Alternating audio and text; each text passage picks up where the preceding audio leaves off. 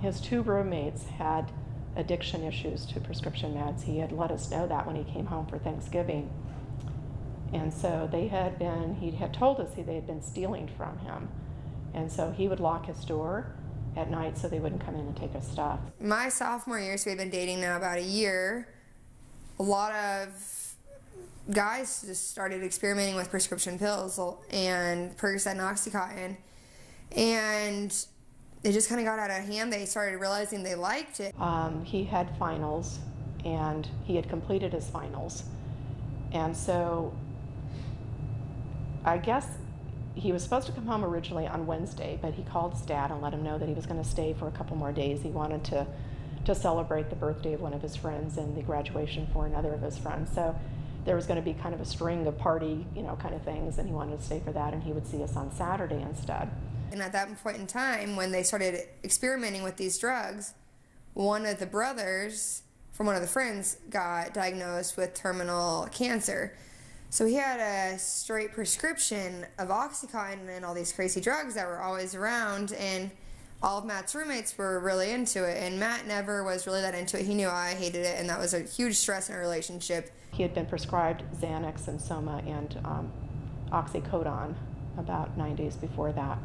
And so he had been taking these medications, but he mixed it with the alcohol.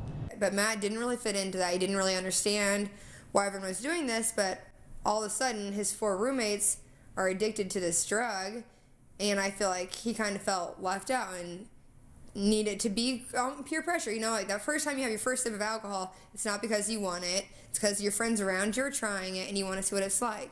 And that's what happened to Matt. He tried his first prescription drug, and it was fine. I mean, he was fine for the first couple months. He was fine. He did it every once in a while. And then I came back junior year and noticed that he had lost weight, that he was extremely distant. It just kind of sucked him in. It was almost a peer pressure thing. They just kind of did it. It was at the very beginning, it was a social drug interaction, and then it got more serious into an actual addiction problem. Basically, he just, I guess on Thursday night, he went to a nightclub with all of his friends, and they partied that night, of course, there. And then afterwards, he came back to a friend's apartment in the same apartment complex he lived in. And from there, they came over to Joey's apartment, and apparently, through the night, he had been drinking alcohol, but he had also been using prescription medication. Probably around December 20, around Christmas, I was watching an episode of Intervention, and I had seen all this stuff about how you can die from opiates and all these things, and Matt and I hadn't talked for 2 weeks, but all of a sudden I called him and I was just like, hey, you know what, this is really, really scary. I don't even care that you're not my boyfriend anymore. I don't care that you screwed over all your friends, but at this point in time, I care about your life, and I just want you to be healthy. Please stop. And he said, yeah, I've stopped. I'm gonna stop. I'm okay. Around 5 o'clock in the morning, Joey went to bed, and his girlfriend, who had come back early, Kelly, back home, she was kind of, texting him through the night, and then when he finally went to bed, she was on the phone with him. So from about 5:30 to about 6:30, she had a phone connection up with him. Who knows how he found what he did, but he somehow got his hands on some methadone. And methadone, if you look it up online, is a drug that doctors will prescribe to you to wean you off opiates. But it also says it is very lethal if it's not prescribed by a doctor and not taken in the right doses. It got to be about noon, and she started making calls to him, and normally he would answer the phone, even if he was crabby, and whatever, he would answer the phone and at least respond, but he wasn't responding. It wasn't so easy to check on him because they couldn't just open the door. It's not like Matt was at some club, raging, partying here at ASU, 20 drinks deep, he wasn't. He was sitting, he literally went out to dinner with his mom and was sitting watching a movie with his dad on his dad's couch, and still felt the need to take this drug. She finally got another of his 2 friends, the 2 that had partied with him that night before, to come over to the place, and basically they're at the door. He's still not responding, of course. January 6, 2010, I woke up, I got a Facebook message from his best friend saying, Katie, I don't know if you heard, but Matt died.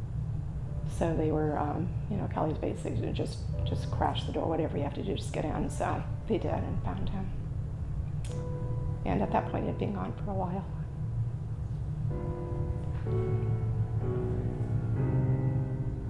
And he's like, no, like I need to call you, like he died. And so at that point in time, I obviously thought it was due to Xanax and all these other things, and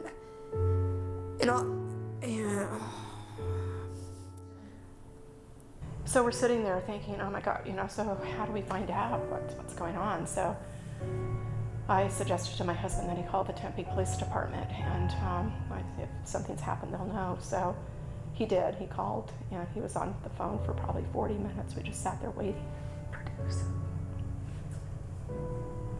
I just remember looking at that Facebook message and just losing it, just like screaming. My mom came downstairs, was like, Katie, like, what's going on? Like, are you dying? I'm like, no, but, Matt just did.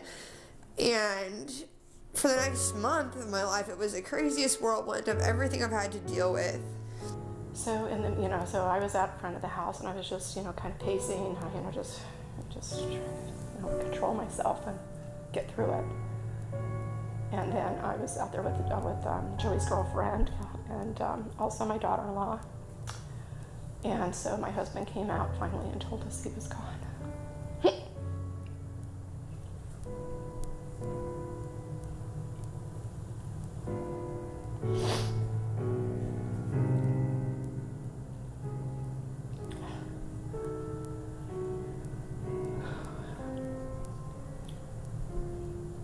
I thought he was only taking Percocet once or twice a week. I had no idea he was taking it multiple times a day, taking Oxycontin and all these things. Matt had 3 months. You see these stories on intervention. These people are addicted 4 or 5 years, and then they hit rock bottom, and their family sends them to rehab because they've hit rock bottom. Matt never got the chance to hit rock bottom. That just kind of began just this nightmare. We were literally 1 week away from Christmas, and so there was just so much to be dealt with. What do we do about getting him home? And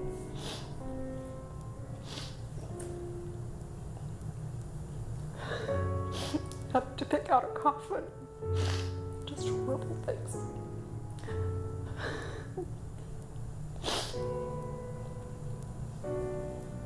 Still trying to maintain for the little kids in the family because, it's Christmas and trying to, just keep the best friend up we possibly could. But it was just absolutely beyond horrible.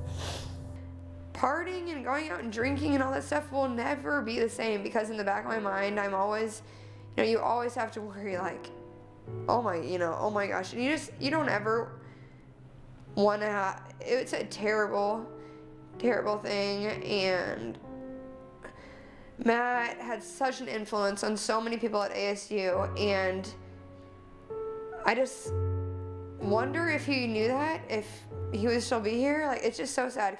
We had his funeral the day after Christmas, and it was at a place where, it was pretty good size, but it didn't even contain everybody that came. He had friends that came in from all over the country.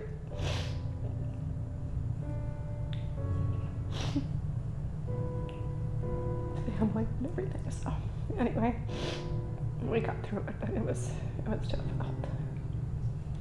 Literally, it was a huge auditorium. There was 500 chairs, and it was 15 minutes before, and the walls and the floor were lined with people. There was not enough chairs for everyone. They had to open up the room. They had to make it 2 auditoriums. The firemen were there. They counted, I think it was like just shy of 1,000 people. I remember at the service, I really thought there would be more people that would get up to talk and, talk about Joey, but I think they were so traumatized themselves that we had 2 or 3 that were brave enough to get up, but I think they were just like, oh my God, what happened to him? And, You know, could this happen to us? You know, so many of them were involved with this stuff and doing it too.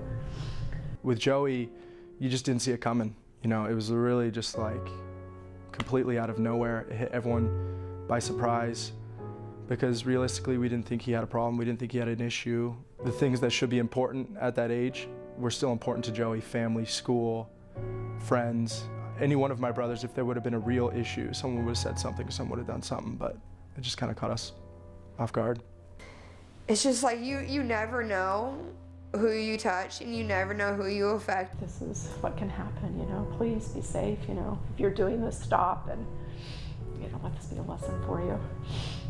Matt's death has had such an impact, not only on my life, but on my parents' life, and most importantly, my 13-year-old brother's life, who just cannot get over the fact that Matt died. And you just have to think about who you're affecting. It's not only yourself, you're affecting everyone around you. No matter, this, like, the scariest thing ever is better telling your parents than having them to find you dead laying on your couch and make that call to his girlfriend and to his grandma. It is embarrassing, but ask your parents for help. Get help.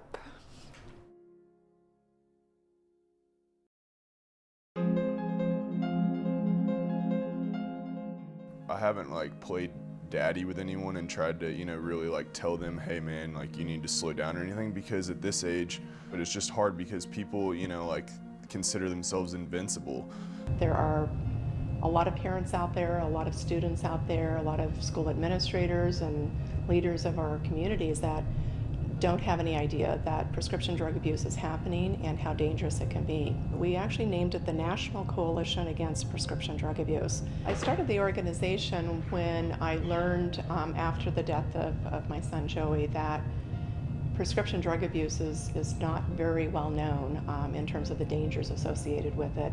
We have built a board of directors and a group of advisors and a staff that I think is pretty impressive for the short time that we've been in service here.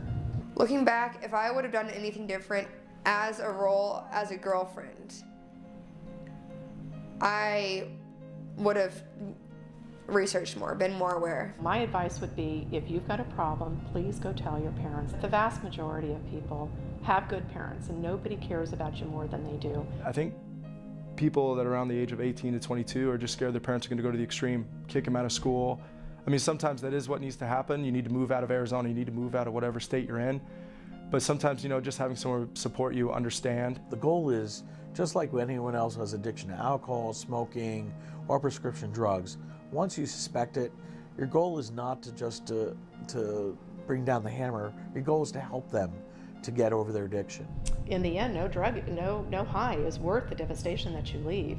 I just think if you are unfortunate enough to get yourself in that situation, that you need to do the right thing and get yourself help, not only for your sake, but for everyone else around you. You do what you can, but in the end, if they don't want help, nothing's gonna make a difference. They have to want it for themselves. They have to see that they're valuable enough as an individual, no matter what they've done in the past. That's done. You know, they still can have a future. And so what I would hope is that they would say, you know, I really am worth it. I know I've had some horrible times, no matter what. And, you know, addicted people can do some pretty awful things. They can steal, they can lie, they can prostitute, they can do a lot of things. They'll do anything for that next fix. But you have to, they need to release on that and just realize that they're important enough to save, valuable enough to save. They've got to feel that themselves, so you can't convince them of it. Although I think that if friends, you know, can help rally around them, or parents, you know, and if they hear it often enough, maybe it'll start to sink in. I would like to think so.